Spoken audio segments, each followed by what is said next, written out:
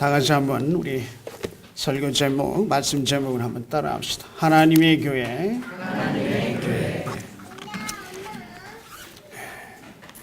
만군의 여호와여, 주의 장막이 어찌 그리 사랑스러운지요. 내 영혼이 여호와의 궁정을 사모하여 새악하며 내 마음과 육체가 살아계시는 하나님께 부르짖나이다. 시편 84편 1절 이하에 있는 말씀입니다. 사도 요한은 요한복음 2장 17절에서 제자들이 예수께서 성전을 시장판으로 만든 자들을 내쫓으시는 모습을 보면서 주의 전을 사모하는 열심히 나를 삼켰다라는 말씀을 기억하였다라고 기록하고 있습니다. 사실 진정한 하나님을 믿는 신자라면 이 주일에는 교회에서 예배하는 날이 기다려지고 또 하나님의 말씀을 듣는 것이 기쁨이 되는 신자가 참되고 건강한 성도입니다. 만일 주일날의 시간이 가난한 집 제삿날 돌아오는 것처럼 부담스럽고 또 귀찮아진다면 그는 정상적인 신자가 아닐 뿐더러 단단히 병든 신자라고 얘기할 수가 있습니다. 더욱이 하나님의 백성인 성도라면 하나님의 교회를 소중히 여기고 사랑해야 함은 물론이고 예배하고 교회를 위해 기꺼이 헌신하고 봉사하는 것을 진심으로 감사하게 되는 것입니다. 그러나 우리 성도가 주님의 몸된 교회를 위해 진정으로 헌신하고 봉사한다고 하는 것은 그렇게 말처럼 그렇게 쉬운 게 아니에요. 진정한 마음의 감사함이 없이는 헌신도 봉사도 그다 헛되게 됩니다. 진정 감사한 마음이 있어야 자기 희생을 감내하게 되고 그래서 진정 마음으로 다해서 봉사하고 헌신하게 되어질 수가 있고 또 교회를 위해 섬김을 아끼지 않을 수가 있는 거예요. 따라서 오늘 우리 모두가 그 말씀 양문교회로서 첫 주일 예배를 드리면서 진정 하나님을 기쁘시게 하는 하나된 모습 속에서 감사함으로 하나님을 찬양하며 예배할 수 있기를 먼저 기원드립니다. 따라서 오늘 우리 모두가 그 말씀 양문교회로서 첫 주일 예배를 드리면서 진정 하나님을 기쁘시게 하는 하나된 모습 속에서 정말 하나님 옆에 드려지는 이 예배를 하나님이 정말 복 주시라고 믿습니다. 그럼 과연 우리 성도들이 진정 복되고 올바른 참된 교회는 어떤 것일까? 사실 오늘 우리 주변에 살펴보면 겉으로 보기에 참 아름답고 웅장하고 거룩해 보이는 교회들이 참 많이 있죠. 그래서 사람들은 그 교회를 바라보면서 십자가를 보며 이것이 주님의 교회다라고 그렇게 여기게 됩니다. 그저 기독교라고 하는 또 예수교라고 하는 그 간판만 걸고 거기에 사람이 모여 있게만 하면 그것이 하나님의 교회로 그렇게 또 인정들을 합니다. 그런 상황에서 우리는 참된 주님의 신령한 교회를 무엇으로 분별할 수가 있겠습니까? 그것은 바로 교회에서의 강단에서 선포되는 증거되는 말씀을 들어보면 압니다. 다시 말해서 강단에서 선포되는 말씀이 하나님의 복음이 아니라 세상적인 윤리나 도덕적인 사상이나 철학 아니면 인간의 욕망을 자극하는 기복적인 말들로서 오로지 사람들이 원하고 사람들이 기뻐하는 말들로 각색되어서 증거된다면 이는 진정 참된 주님의 교회로서의 하나님의 교회가 아닙니다. 해서 사도 바울은 갈라디아서 1장 10절에서 뭐라고 얘기합니까? 내가 사람들에게 좋게 하랴? 하나님께 좋게 하랴?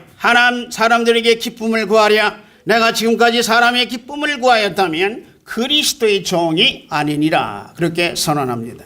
그렇습니다.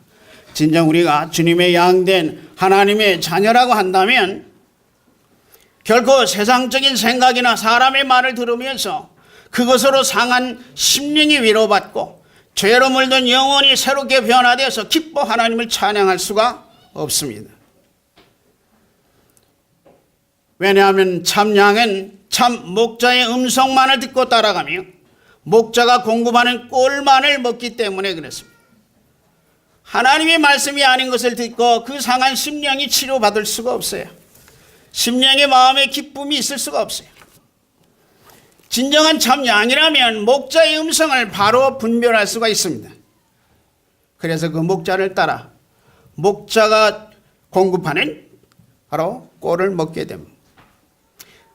우리 주님께서는 분명하게 말씀하셨습니다. 분별 없이 따라가는 가짜 양은 바로 참 목자의 음성을 듣지 못하기 때문이라고 말씀합니다.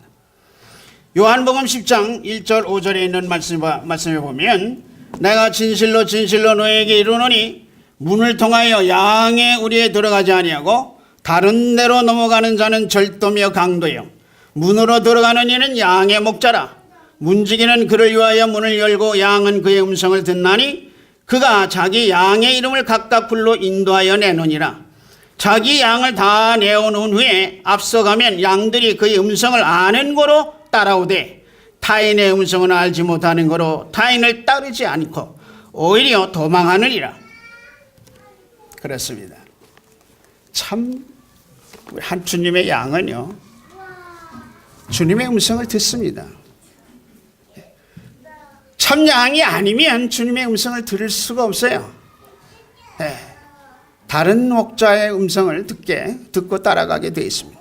여러분 이단들을 따라가는 사람들이 왜 따라가는지 아세요? 분명히 그게 진정한 참 양식이 아니고 꼴이 아님에도 참 진리의 복음이 아님에도 그 따라가는 이유는 다른 거 아니에요.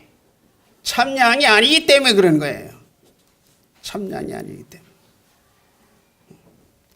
오늘날 이 시대의 교인들이 잘못된 현상 가운데 하나가 바로 하나님의 말씀이 아니라 사람의 생각이나 사상을 신앙의 기준으로 삼아서 스스로 판단하고 결정해서 그것이 진리고 옳은 것인 양 착각하고 딴에는 그것을 신앙의 기준으로 삼아서 열심히 신앙생활을 한다는 겁니다. 해서 성경은 말씀합니다.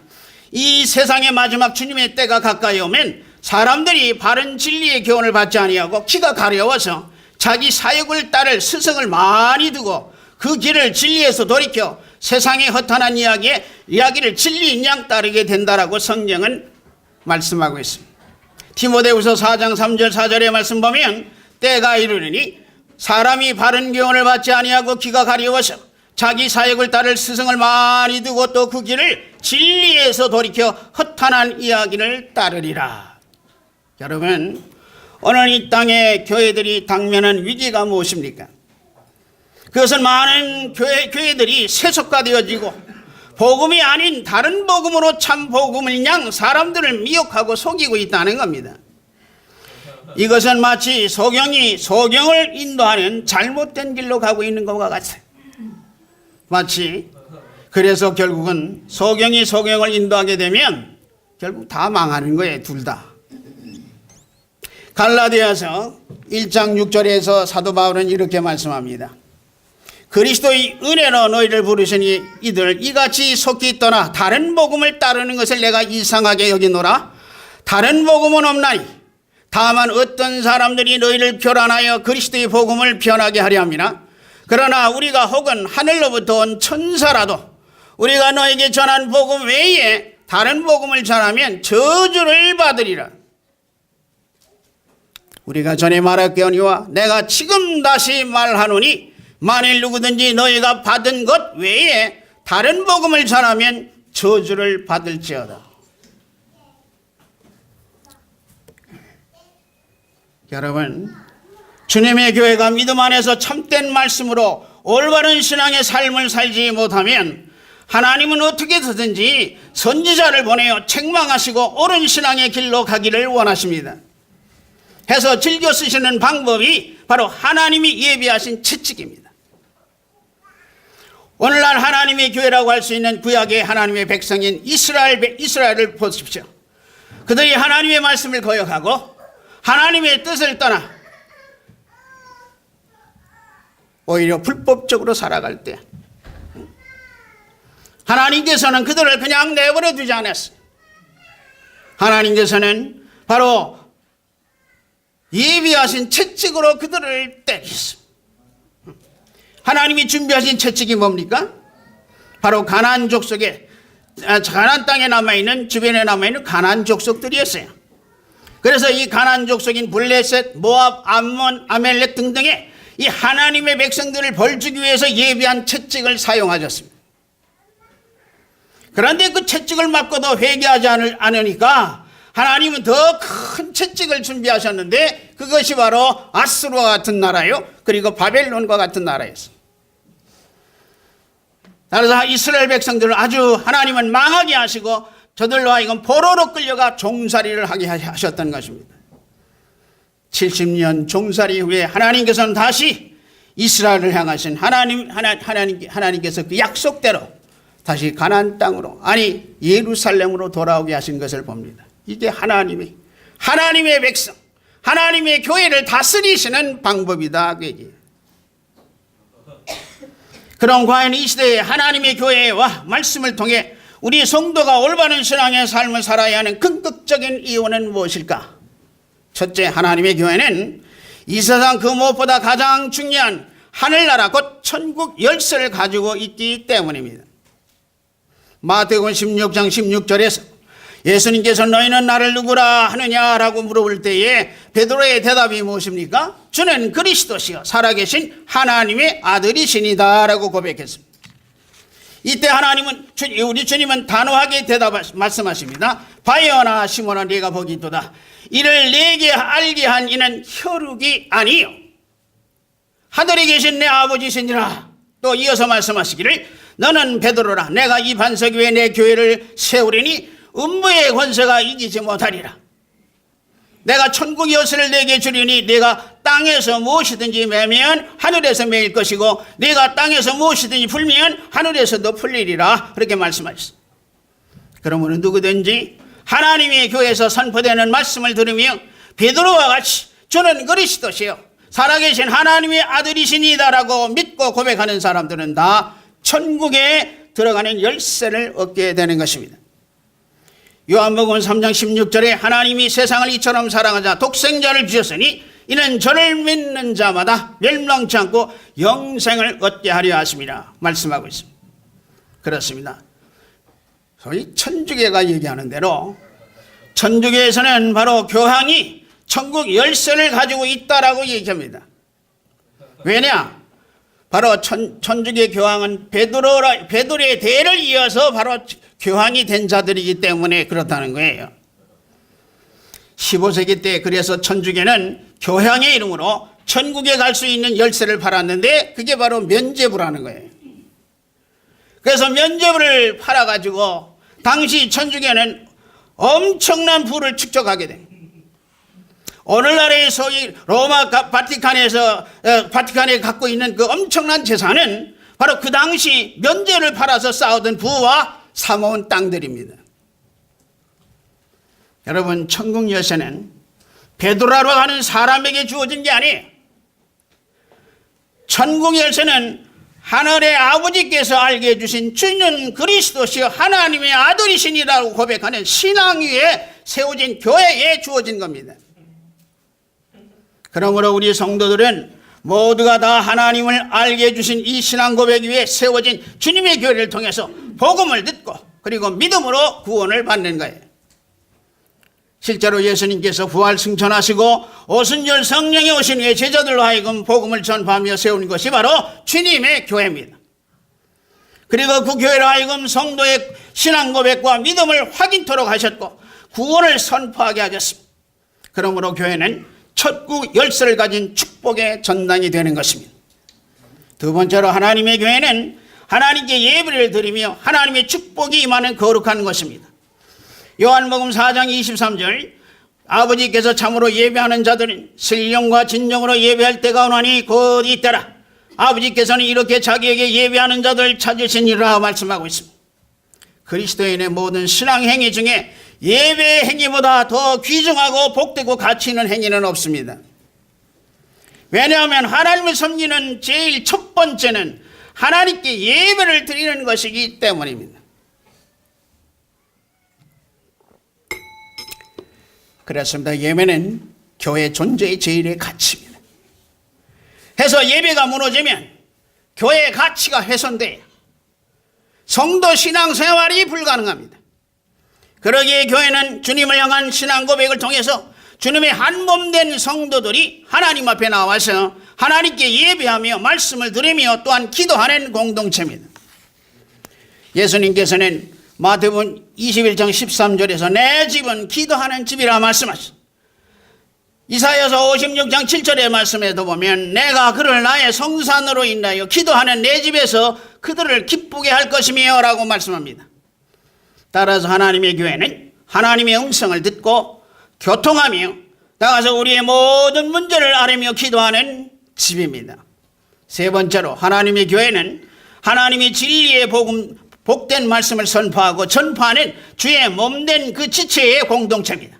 한마디로 하나님의 생명의 말씀, 진리의 복음을 선포하는 것이 바로 교회입니다.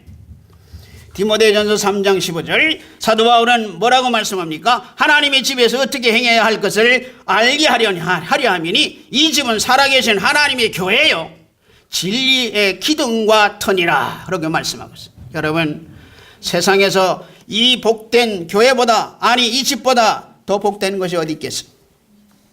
세상 어디를 가더라도 하나님의 말씀이 선포되고 영원한 생명의 천국의 복음을 들을 수 있는 것은 오직 하나님의 교회밖에 없습니다. 네 번째로 하나님의 교회는 하나님의 주권을 높이고 찬양하는 공동체입니다. 사탄은 처음부터 주님의 몸된 교회를 혹평하고 파괴하려고 듭니다. 제가 몇 년 전, 좀 오래됐습니다마는 제가 기독교 방송을 이렇게 듣다가 제 길을 의심했습니다. 아직도 그 기억이 생생해. 거기 보면 방송에서 나오는 이제 패널들이 토론하는 그런 프로그램이었는데, 거기 보니까 주제가 뭐냐? 목사가 없어야 교회가 산다 하는 주제였어요. 기독교 방송에서 그런 주제 가지고 토론한다니 이게 말이 되나? 그래서 도대체 기독교가 CBS에서 이런 주제를 가지고 무슨 토론을 하겠다고 하는 거야. 그래서 제가 한번 그것을 이제 잘 들어봤는데 문제는 다른 거 아니에요. 목사가 없는 교회가 많아져야 이 한국 교회는 그 사명을 바르게 감당할 수가 있다는 거예요. 그래서 세상에 빛이 되고 그래서 세상이 변화가 되어질 수 있다는 거예요. 소위 민중신학에서 얘기하는 하나 이렇게 그런 신학의 내용입니다. 특히 교회 목사와 장로의 직책에 대해서 아주 부정적인 말들을 하고 있더라고요. 네. 물론 오늘 이 땅의 교회 중에 일부 교회 가운데 부패한 교회가 있는 게 사실, 부패한 목사들도 타락한 목사들이 있는 것이 사실이에요. 해서 사회에서 비난받고 지탄의 대상이 되는 것도 또한 현실이기도 합니다. 그렇다고 해서 교회를 세우시고 교회 안에 목사와 장로의 직분을 세우시고 성도로 하여금 집사의 직분을 주어서 복음을 위해 일하게 하신 교회를 불의한 집단으로 매도하고 나아가서 교회를 통한 목사의 직분을 불의한 것으로 비판하고 부정한다면 이것이야말로 마지막 때에 하나님이 세우신 교회를 파괴하려고 하는 바로 사탄의 계략에 말려드는 것이 된다는 사실. 사도 바울은 사도행전 20장 28절에서 에베소 교회를 향해서 뭐라고 얘기합니까? 여러분을 감독자로 삼고 하나님이 자기 피로 사신 교회를 보살피게 하셨느니라. 감독자들, 당연히 장로들에게 하는 말씀입니다. 이처럼 성경은 분명히 교회와 교회의 감독자인 목사와 장로를 세워서 주님의 피로 사신 교회를 보살피고 지도할 것을 명령하고 있습니다. 또한 사도 바울은 디모데전서 5장 17절에서 잘 다스리시는 장로를 배나 존경할 줄 알되 말씀과 가르침에 수고하는 이들에게 더욱 그리할 것이라 말씀합니다. 이처럼 사도 바울은 교회에 세워진 장로와 목사에 대해서 존경하고 잘 섬기라라고 말씀하고 있는 거예요. 여러분, 마지막 주님의 날이 가까워지면 사탄은 가장 인간들이 미혹하기 쉬운 방법으로 역사합니다. 그것이 바로 인간의 윤리나 세상의 상식을 동원해서 사람들을 설득하고 진리를 대적하고 외면하게 만드는 거예요. 그래서 교회를 떠나게 하는 거죠. 해서 사도 바울은 로마서 14장 4절에서 뭐라고 말씀합니까? 남의 하인을 판단하는 너는 누구냐? 그가 섰는 것이나 넘어지는 것이 제 주인에게 있음에 저가 세움을 받으리니 이는 저를 세우는 권능이 주께 있습니다. 그래서 디모데전서 5장 19절에서는 또한 장로에 대한 고발은 두세 증인이 없으면 받지 말라고 말씀합니다. 그게 무슨 얘기예요? 즉 하나님의 교회 그 앞에 세워진 지도자들은 사람의 생각대로 함부로 시비하고 세상의 어떤 기준에 의해서 판단하고 비판하고 단죄해서는 안 된다는 말씀입니다. 그러므로 마지막 때의 사탄 마귀는 사람들로 하여금 교회 안에서 하나님의 주권을 파괴시키기 위해서 하나님의 말씀을 사람의 생각으로 변질시켜서 다른 복음을 증거토록 역사하고 있음을 우리는 명심해야 됩니다. 말씀을 정리합니다. 교부 터툴리아는 하나님을 아버지로 모신 성도들은 교회를 어머니로 생각해야 된다, 그렇게 교훈했습니다. 여러분, 참으로 우리 성도들이 교회를 어머니 품으로 여기고 그 말씀에 전적으로 의지해서 순종하는 올바른 신앙생활을 할 수 있어야 됩니다. 그러기 위해서는 먼저 우리는 참된 주님의 신령한 교회를 바르게 분별할 수가 있어야 돼요. 그래야 우리는 올바른 말씀에서 올바른 신앙생활을 할 수가 있습니다. 이 분별함은 오직 교회를 통해 선포되는 말씀이 세상의 것이 아닌 하늘의 것이어야 됩니다. 사도 바울은 골로새서 1장 3절에서 뭐라고 말씀합니까?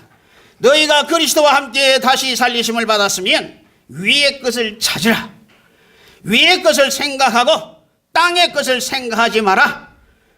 이는 너희가 죽었고 너희 생명이 그리스도와 함께 하나님 안에 감춰졌습니다, 말씀했습니다. 다시 말해서 진정 참 하나님의 자녀들이라고 한다면 세상적인 생각이나 사람의 말을 쫓아서 하는 그걸 신앙의 기준으로 삼는 신앙의 삶을 살지 말라고 얘기해요. 앞서 말씀드렸듯이 하나님의 말씀이 아닌 사람의 생각이나 사상을 자기 신앙의 기준으로 삼아서 그것이 진리인 양 착각하지 말라고 얘기해요. 그것이 참 옳은 것이라고 얘기하지 말라고 해요. 여러분, 신념과 믿음을 그래서 혼동하지 말라고 내가 늘 말씀드리는 거예요. 신념이라는 것은 사람의 의지와 생각에서 나오는 거예요. 그러나 믿음이라고 하는 것은 하나님의 말씀 안에서 나오는 거예요. 성령의 생각, 하나님의 뜻 가운데서 바로 고백되어지는 게 참 믿음의 모습이에요. 많은 사람들이 자기 신념과 이 믿음을 혼동해 신념대로 사는 것이 진리인 양 착각들어. 신념을 가지고 마치 그것이 옳은 것인 양 주장하는 자들이 교회 안에 얼마나 많은지 알 수가 없어요. 따라서 오늘 우리는 오로지 진정 참 우리의 신앙의 기준을 하나님의 말씀과 그 말씀의 하나님의 뜻 가운데 세워져야 된다는 사실. 참으로 우리 예수님을 믿는 사람들은 세상의 그 무엇보다도 그래서 하나님의 말씀이 선포되어지는 교회를 소중히 여기고 사랑해야 됩니다. 아니, 그 교회 앞에 순종해야 됩니다. 아니, 제일 먼저 우선되어져야 할 것이 바로 교회를 위해 기꺼이 헌신하고 봉사할 수 있어야 됩니다. 신앙생활에 있어서 자꾸 이 교회의 봉사와 헌신을 차순으로 미루는 사람들이 있어요. 우선 자기의 일과 그리고 가정의 일들, 세상의 일들을 우선시하고 그리고 하나님의 교회 일은 자꾸 차순으로 밀려나. 그러면서 헌신을 한다? 그러면서 봉사를 한다? 그것이 어찌 하나님 앞에서의 봉사고 헌신일 수가 있어요? 하나님 앞에서의 헌신과 봉사는 제일 우선적이어야 돼요. 제일 먼저 해야 돼요. 여러분이 하나님 앞에서 드려지는 이 11조도 마찬가지. 11조를 드려서 복 받으려고 11조를 드리는 게 아니라 제일 먼저 하나님의 것으로 드려지는 것이 우리의 신앙의 고백으로 드려지는 헌금이에요. 그게. 우리의 신앙의 모든 것은 제일 첫 것이 하나님이어야 됩니다. 따라서 주님 하나님의 교회가 진정 제일 우리 신앙생활에 우선해야 된다는 사실을 꼭 명심해야 될 줄 믿습니다. 부디 그 말씀 양문께를 사랑하는 마음을 마음속 깊이 새기심으로 새롭게 하나님이 만들어주신 이 그 말씀 양분께를 통한 하나님을 기쁘시게 하는, 그래서 예배와 섬김과 헌신과 봉사를 함으로 장차 주님 앞에 설 때에 잘했다 칭찬받는, 그리고 상급받는 신령하고 거룩한 우리 그 말씀 양문교회 성도들이 다 되어지기를 축원드립니다. 기도하겠습니다. 하나님 아버지 감사합니다. 오늘 그 말씀 양문교회 이름으로 허락하신 첫 주일 예배를 함께 모여서 드리게 됨을 감사합니다. 이제 그 말씀 양문교회가 이 마지막 때에 주어진 복음의 사명을 바르게 감당함에 있어서 성령의 충만한 역사가 있게 하여 주시옵소서. 해서 성령 안에서 온 성도들이 하나가 되게 하여 주시고, 성령 안에서 한 마음과 한 뜻을 모아서 주님의 온전하신 뜻을 이루어가게 하여 주옵소서. 특별히 우리 담임 목사, 우리 엄기영 목사님을 통해서 증거되어지는 하나님의 말씀을 따르며 또한 순종하는 신앙의 삶을 통해서 온 성도들의 믿음이 굳세어지고 신앙이 더욱 성숙해서 그 말씀 양문교회가 크게 부흥하게 하시고 땅끝까지 복음을 전파하는 선교사역의 풍성한 열매가 맺게 하여 주시옵소서. 감사하면서 예수님의 이름으로 기도했습니다. 아멘.